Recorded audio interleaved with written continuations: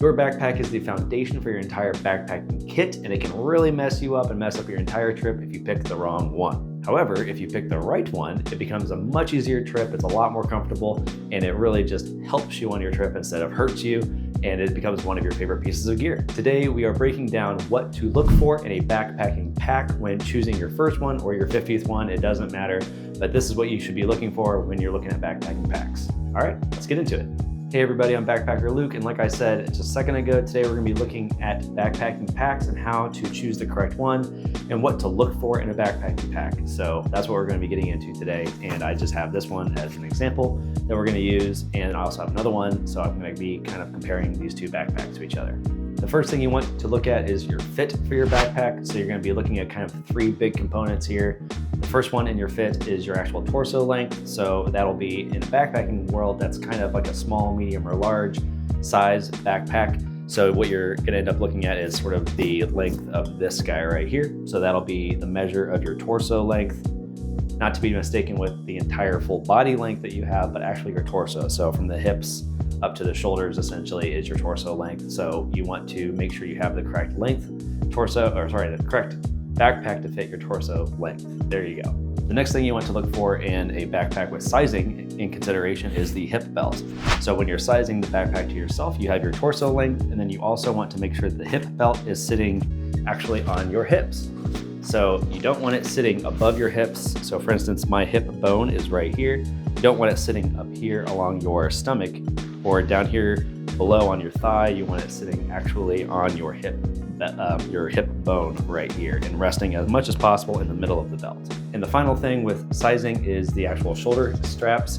So you want to have these cupping your shoulder as much as possible. And I have an entire video on fitting a backpack to yourself, so I'm kind of speed running through this section. But just in quick kind of short order here, you want to have these rounding your shoulder here like this, and then you want your load lifters to feel comfortable on your back. And here's a little pro tip for you with sizing your own backpack. Hopefully you should be doing this on location, not just online. So don't just measure, but actually have a backpack, put it on yourself, all of that kind of thing to actually feel it on you and make sure it's comfortable for you and sized correctly, but do it with a loaded pack. So I just have a sleeping bag stuffed in here right now to give it some shape, but when you are sizing and fitting your backpack to yourself, put weight in it because it's going to sit differently on you when it's underweight versus when it's not. So you want to size it for you when it's actually underweight, like when it has weight in it, because that's what it's going to actually feel like and fit like when you're out on the trail with a fully packed bag.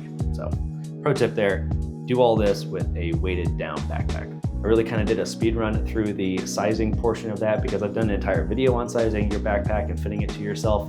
So you can go ahead and watch that video if you'd like to. But I just wanted to give you a really quick synopsis of that. So, because that is part of picking a backpack for yourself. So that was the sizing portion, and now we're gonna get on to capacity and the actual size of your backpack and what you need versus what you don't need. When we're talking about size of backpack that you might need, we're usually talking about storage size, and they do storage sizing in liters in the backpacking community. So you have like a 10-liter bag or 20 or 30 or 65 or 75 or 85 liter backpack. What that is talking about is the actual amount of storage within the pouch of the backpack. For instance, this bag is a 60-liter backpack, meaning that there are 60 liters of storage in this main pouch of the bag.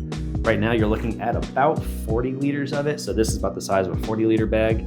If you open up the lid here, maybe, I don't know. If you open up the lid, there's a baffle on the top here, and if I didn't have it scrunched down all the way and I extended the baffle up, it would add about another 20 liters of storage to the backpack and making it a 60-liter bag. And included in that is you also have the lid of this backpack, which is about 5 to 10 liters of storage in the lid here. So when you're talking about the size of a backpack and the storage capacity of a backpack, it's measured in liters, and you just need to pick the right liter size bag for yourself for your trip. What do I mean when I say you have to make sure you're bringing the proper kind of liter size bag for the trip that you're taking? How do you even know what that is? There's some really general guidelines, but it's also going to be dependent a lot on what kind of gear you're bringing with you. So if you have a lot of budget gear, it's going to take up more space in your backpack. So you're going to need a larger backpack to store that gear. If you're going ultralight, you're going to need a smaller liter size bag because all of your gear is really small and it doesn't take up that much storage space. General rule of thumb is that ultralight backpackers for, let's say, a 5-day trip can get away with a 35 to maybe 40 liter bag for themselves. If you are a kind of a lightweight backpacker, which is what I usually am, I will take a 60 liter bag, roughly 60 liter bag for a 5 to 7 day trip, and that's fine just for me. And finally, if you are using a lot of budget gear, budget items, or you are going for a much longer trip between restocks and resupplies, then you're going to need like a 75 to 85 liter bag. So that's kind of what we're talking about. We're talking about like storage capacity and what you need for the trip you have. A little pro tip for you on this when I'm talking about storage capacity is there is a temptation to get a bag that is bigger than you probably need. So if you know that you can pack into a 60 liter bag, don't buy a 75 liter bag for sort of like just in case storage space. What you're going to end up doing is using that space. So if there is space, you will fill it. That's kind of the idea. So you want to avoid that as much as possible. So you want to pack into as small a bag as you can. A couple of reasons for this is one, it keeps you from packing unnecessary items that you just find convenient. And since you have the space, you end up packing in them. The second thing is it forces you to really understand what kind of gear you need versus what you want. And the third thing is that it's also a lot more comfortable to bring a smaller bag with you out on the trail, especially for longer periods of time. So save yourself the hassle and pack as small of a bag as you can without leaving out anything that's necessary for yourself. The next thing is the weight of the bag and the frame type of the bag. I'm not going to get into frame types too much. Pretty much everybody is using either frameless backpacks or internal frame backpacks. There are external frame packs, but people don't really use them that much anymore. So frameless backpacks are going to be mostly used for ultralight backpackers, people who are carrying less than 9 pounds of base gear out onto the trail, even for 5 or 7 days. So you have frameless backpacks for ultralighters, and then you have the internal frame backpacks for basically everybody else. And that's what the backpack was that I showed you earlier, and that's the one that I use. I always use internal frame backpacks, and so that's just like the framing of different backpacks. The next consideration is the actual weight of the backpack, so not the storage space, but the actual weight of the backpack itself. So you can look at a lot of different brands, and the more budget you get with the backpack, the heavier it's going to be, because they're going to be using heavier material, and that's easier to source and cheaper for them to produce, but it's also going to be heavier for you to use. An example of this would be this Mountain Warehouse backpack that I bought in the UK years and years ago. It was more of a budget backpack for myself at the time, and it has all the features that you would normally want in a backpack. It has a couple of external pouches, it has water bottle pouches, it has a lid, has good ventilation on the back, or at least decent ventilation on the back. It has a hip belt, all of those things you would normally want in a backpack, but they were using more budget material. So it's thick, it's durable, which is great, except for that durability comes at the cost of weight for the pack itself. So for instance, this pack is just going to be heavier than it needs to be because it was a much more budget friendly option, which isn't bad if that's what you can do, and that's totally fine, but just understand that the more budget you get, the heavier of a base weight your backpack is going to be. If you compare something like this to the Granite Gear Blaze 60, this has more liter storage within it, but it's also much lighter than this backpack. I can tell you that even while just holding these two like this, I can feel the weight in this pack a lot more. It's pulling down on me, and it's kind of hard to hold versus this guy, which is just light and comfortable and easy, and it doesn't feel like it weighs really anything compared to this one. Even though this one is completely empty and this one has a sleeping bag inside of it, I would much rather carry this one on the trail with me. It's less of a budget option, but it is a much better materially made option as well. Next, when picking a backpack for your trip, you're going to want to be looking at features for the backpack. So what matters to you, what doesn't matter to you, all this becomes important as you're looking at backpacks, because there are a lot of different packs out there that you can buy. So you just want to get the one that's right for you, not just in size and fit, but also, and not just in weight, but also in features.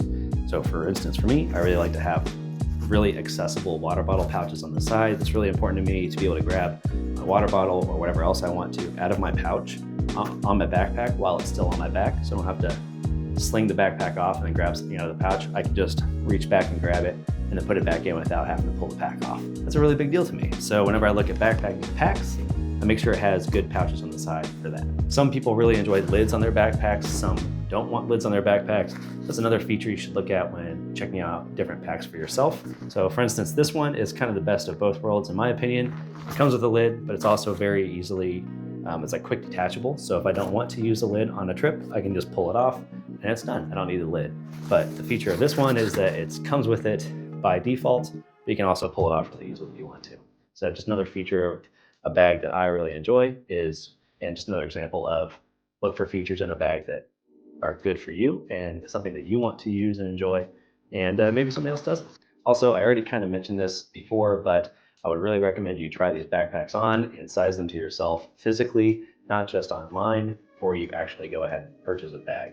Or purchase it online and try it out. If it doesn't feel right with weight in it, and send it back and get a different one. So a couple of mistakes to avoid is, first off, like I said earlier, don't buy a pack that's bigger than you need, because if you see empty space, you will try to fill it. So buy a pack that's actually the right size for you.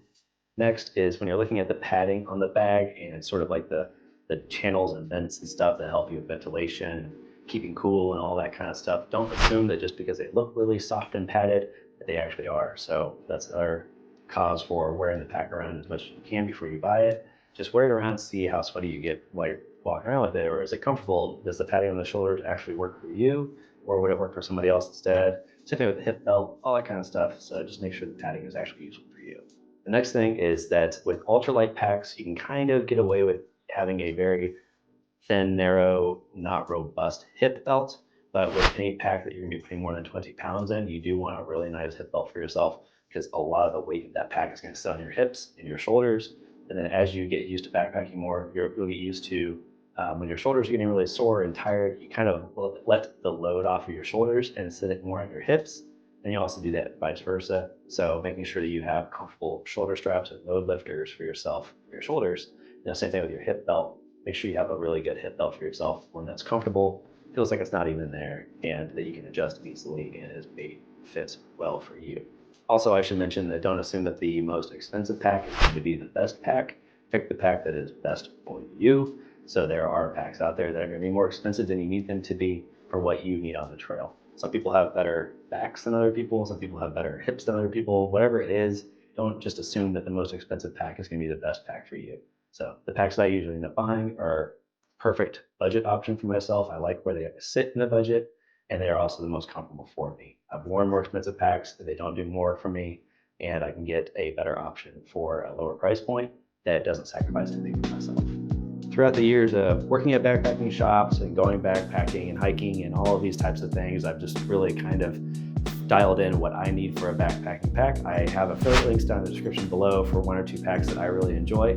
If you end up buying through those, it helps me with Amazon, giving me a little kickback for referring you, but it costs you nothing extra. So if you want to buy a pack through that link, go ahead and do that, but no pressure. Your backpacking pack is going to be one of the most important pieces of gear you take on the trail with you. So I really hope this helps and that it is something that you really put a lot of thought into. If you have any questions, leave them down in the description below. Let me know what pack you like to use. I'd be interested to hear about that. Thanks.